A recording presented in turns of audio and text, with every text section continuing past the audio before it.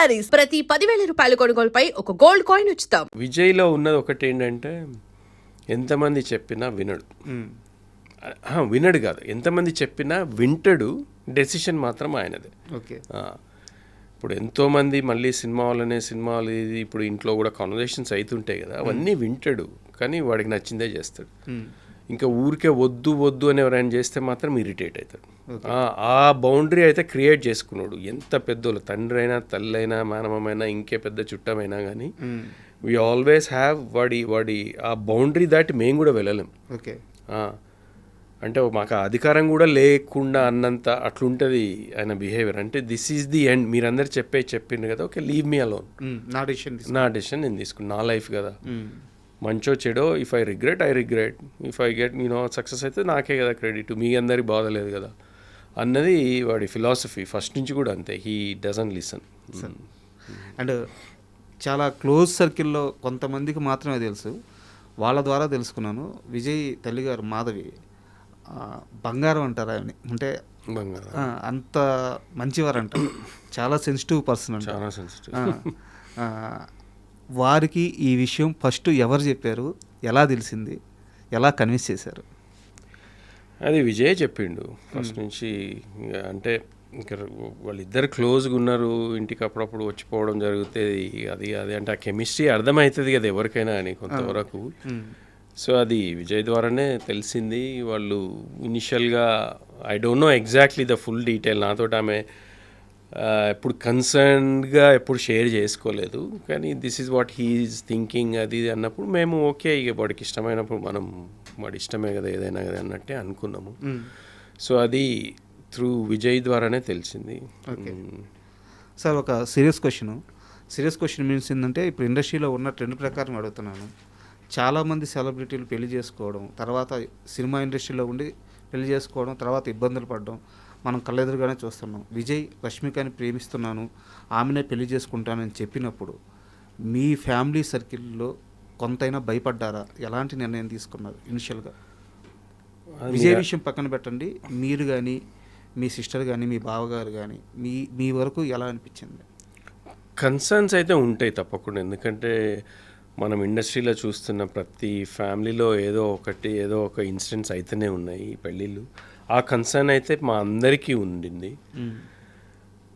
అది నేనైతే విజయ్తో ఎప్పుడూ షేర్ చేయలేదు. ఎందుకు మళ్ళీ ఈ సినిమా వాళ్ళనే చేసుకోవడము అన్నది నేను ఎప్పుడు వాడితో మాట్లాడలేదు. I never asked a question ఎందుకు చేసుకుంటున్నావు అన్నది, ఎందుకంటే that's not my business. Is a grown up man, వాడు అన్నీ చేసుకుంటున్నాడు. అట్లాంటప్పుడు మనము ఆ కన్సర్న్ చెప్పడం కూడా నెగిటివ్గా బాగుండదేమన్నది ఐ స్టేడ్ అవే. ఇంట్లో అమ్మ నాన్న మాత్రం మాట్లాడినరు అన్నది ఒకటి తెలుసు, మళ్ళీ ఎందుకు ఏమవుతుంది ఎట్లా అది అన్నది. కానీ ఐ థింక్ వాళ్ళిద్దరిని చూస్తే నాకు ఆ డౌటే రాదు ఇప్పుడు. వాళ్ళు ఎంత హ్యాపీగా ఉన్నారు అంటే, మీరు పెళ్ళిలో చూసింటారు వాళ్ళిద్దరిది కాస్ట్యూమ్స్ కానీ ఆ గెటప్లో కానీ, రష్మిక ఎనర్జీ చూసిన ఆమె అంటే సినిమా బ్లాక్ బస్టర్ హిట్ అయితే కూడా అంత సంతోషపడదు.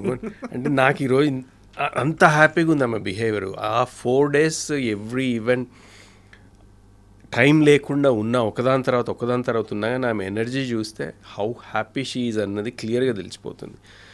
వాళ్ళిద్దరికి ఆ అండర్స్టాండింగ్ ఉంది. అంటే they stayed as a friends together for a long time now, almost 5-6 years connection ఉంది కాబట్టి ఫ్రెండ్లీగా స్టార్ట్ అయినా కానీ they understood each. It's not a decision సడన్గా ఏదో ఒక ఇన్ఫాచ్యుయేషన్ తోటి క్రియేట్ అయింది అయితే కాదు. They took their time. Are we ready for this marriage? అయితే చాలా మెచ్యూర్డ్ పర్సన్స్. ఇప్పుడు రష్మిక అసలు బాలీవుడ్లో అంత సక్సెస్ అయింది, అమ్మాయి వెళ్ళి అంత యంగ్ ఏజ్లో అన్నది, దాని వెనకాల అంటే కొంతవరకు విజయ్ గైడెన్స్ కానీ విజయ్ సపోర్ట్ కానీ ఆమెనే షేర్ చేసుకుంటుంది ఆ విషయాలు ఎన్నోసార్లు. అదంతా అంటే వాళ్ళకి ఆ కనెక్షన్ ఉంది కాబట్టి, ఆ కెమిస్ట్రీ కరెక్ట్ వర్కౌట్ అయింది కాబట్టి they decided I think we should అన్నది. సో దాంట్లో మాకైతే డౌట్ ఏం లేదు. ఇంకా తలరాత అన్నది మనం ఏం చెప్పలేం, కానీ I'm hoping, I'm wishing they stay together for ever and rest of their life హ్యాపీగా పీస్ఫుల్గా ఉండాలన్నదే నా ఒక కోరిక, మా అందరి కోరిక. ఇంకా అంతకంటే కావాల్సింది మా అందరి కోరిక సార్. అండ్ మీరు వీరి పెళ్ళికి ఇన్వైట్ చేయడానికి పెద్ద పెద్ద సెలబ్రిటీలు ఇన్వైట్ చేయడానికి అందరి దగ్గరికి మీరే వెళ్ళారు. సీఎం రేవంత్ రెడ్డి గారి దగ్గరికి కూడా మీరే వెళ్ళారు. ఆయన ఎలా రిసీవ్ చేసుకున్నారు, ఏమన్నారు? సీఎం రేవంత్ రెడ్డి గారి దగ్గరికి నేను వెళ్ళలేదు. విజయ్ ఫస్ట్ పోయిండు. విజయ్ పోయిన తర్వాత మా సిస్టర్ పోయి వారి వైఫ్కి సెపరేట్గా పోయినారు. తర్వాత మళ్ళీ రష్మిక కూడా వేరే సెపరేట్గా వెళ్ళి వచ్చిండ్రు. సో రష్మిక తరఫు నుంచి కూడా ఇన్విటేషన్ అన్నట్టుగా. నేను మిగతా పొలిటీషియన్స్ అందరికీ మేనమామగా నాకే పడ్డది ఆ డ్యూటీ. ఇంట్లో అంటే విజయ్ అందరి దగ్గర వెళ్ళలేడు, పెళ్లి పనిలో ఉన్నారు, మా బావగారు కూడా బిజీగా ఉన్నారు, అది నువ్వే చూసుకోవాలని నాకు ఫస్టే చెప్పిండ్రు. సో అపాయింట్మెంట్లు తీసుకొని ప్రతి ఒక్కరి దగ్గరికి వెళ్ళినాం. బట్టి విక్రమార్క గారి దగ్గరికి వెళ్ళాం. బట్టి విక్రమార్క గారు చాలా మంచిగా రిసీవ్ చేసుకున్నారు. వారి బ్రదర్ మల్లు అనంతరాములు గారు ఉండేది వెనకట, వారితో మాకు చాలా పరిచయం. మా అన్నయ్య ఊరిలో సర్పంచ్గా ఉన్నప్పుడు అది చాలా అంటే అది నేను షేర్ చేసుకుంటే వారు ఇంకా హ్యాపీ అయినారు. దాని ద్వారా ఇంకా కొంచెం కనెక్షన్ ఎక్కువైంది. ఆ రోజు బిజీగా ఉన్నా నేను తప్పకుండా వచ్చిపోతా అన్నారు. ఇంకా ఇంత స్టోరీ చెప్పినాక నేను రాకుండా ఎట్లుంటున్నా, తప్పకుండా వస్తానన్నారు ఆ రోజు. సో అది ఐ ఫెల్ట్ వెరీ హ్యాపీ.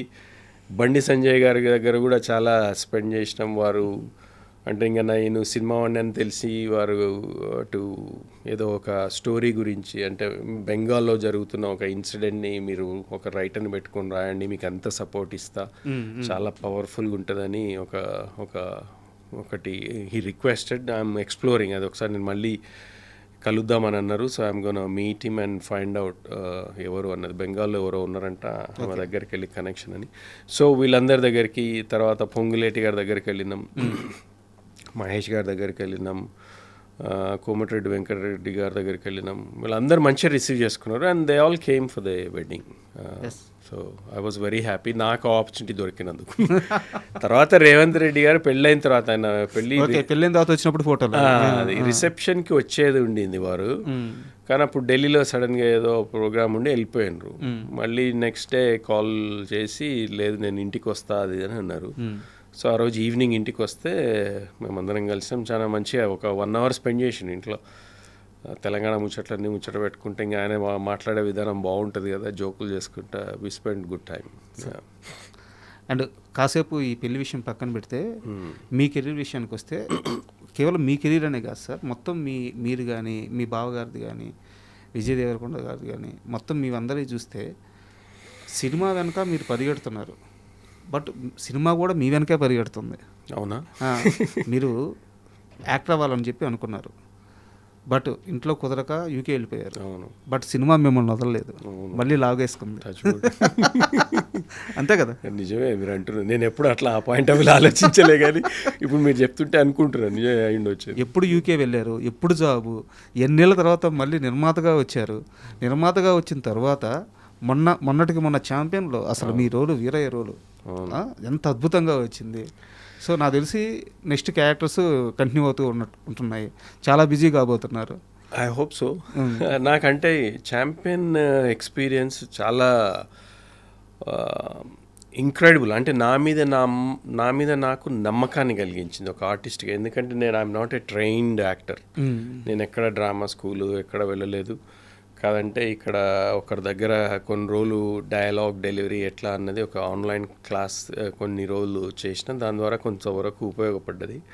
కానీ యాక్టింగ్ అయితే నా అంతటా నేను ఆ యూట్యూబ్లు చూసి ఒక 2 పుస్తకాలు చదివి ఒక యాక్టర్ ఎట్లా ప్రిపేర్ అవుతాడు, ఒక క్యారెక్టర్ ఏంటి అన్నది అట్లా కొన్ని నేర్చుకొని ఛాంపియన్ చేయాల్సి వచ్చింది.